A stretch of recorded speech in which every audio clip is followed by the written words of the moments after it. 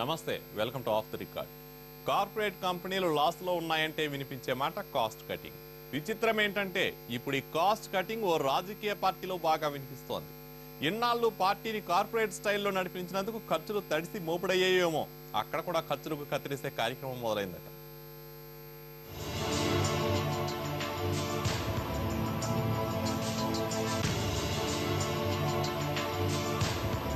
YSR Congress party గురించి రాజకీయ ప్రత్యర్థులు ఇన్నాళ్లు చేసిన విమర్శ అదొక కార్పొరేట్ పార్టీ అని.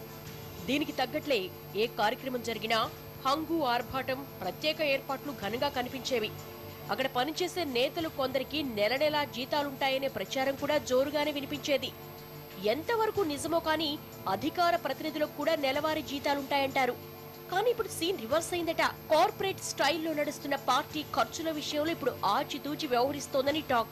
ఖర్చులకు కత్తరేయకపోతే అసలుకే మోసం వస్తుందనుకున్నారు ఏమో, ఆ పార్టీలో ఇప్పుడు కాస్ట్ కటింగ్ మొదలు పెట్టారని తెలుస్తోంది.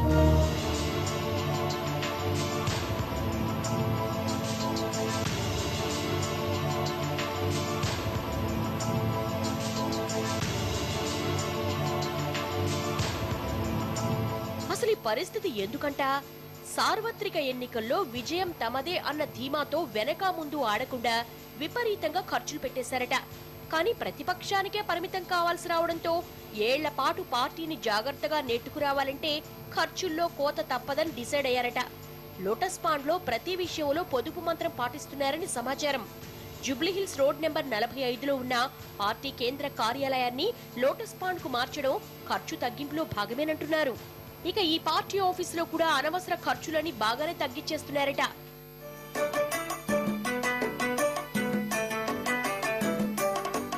అయ్యో చేతిలో డబ్బులు పోయనే, అయ్యో జేబులు ఖాళీ ఆయనే, అయ్యో కారు బంగళా పోయనే, అయ్యో క్రెడిట్ కార్డులు మాయమే.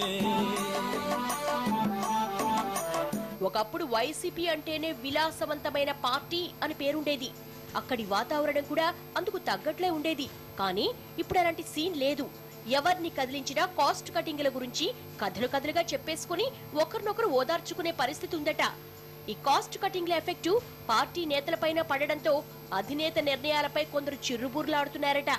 కొందరు పెయిడ్ లీడర్స్ నెల నెలా పుచ్చుకుంటున్న గౌరవ వేతనాల్లో భారీగానే కోతలు పడ్డాయని సమాచారం. ఉరుమురిమి మంగళం మీద పడ్డట్టు పొదుపు పేరుతో అధినేత తమ జేబులకు చిల్లు పెట్టడాన్ని జీర్ణించుకోలేకపోతున్నారట ఉద్యోగులు, నాయకులు.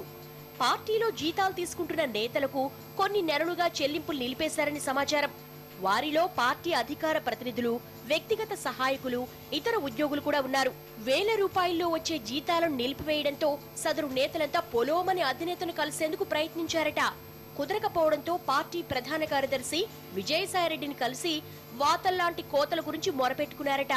అంతా విన్న విజయసాయిరెడ్డి ఈ విషయాన్ని అధినేతతో మాట్లాడతారని ఓ మాట అడ్డవేసి తర్వాత సైలెంట్ అయిపోయారని సమాచారం.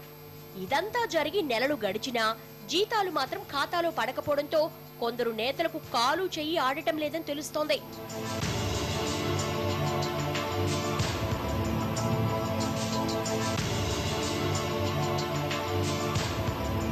అధినేతతో మాట్లాడి జీతాలిప్పిస్తారనుకున్న విజయసాయిరెడ్డి ప్రస్తుతం నేతలకు కల్పిస్తున్న సదుపాయాల్లో సైతం కోత పెట్టాలని చూస్తున్నారట. విషయం తెలిసి పుండు మీద కారం చల్లినట్లుగా రగిలిపోతున్నారు సదరు నేతలు, ఉద్యోగులు.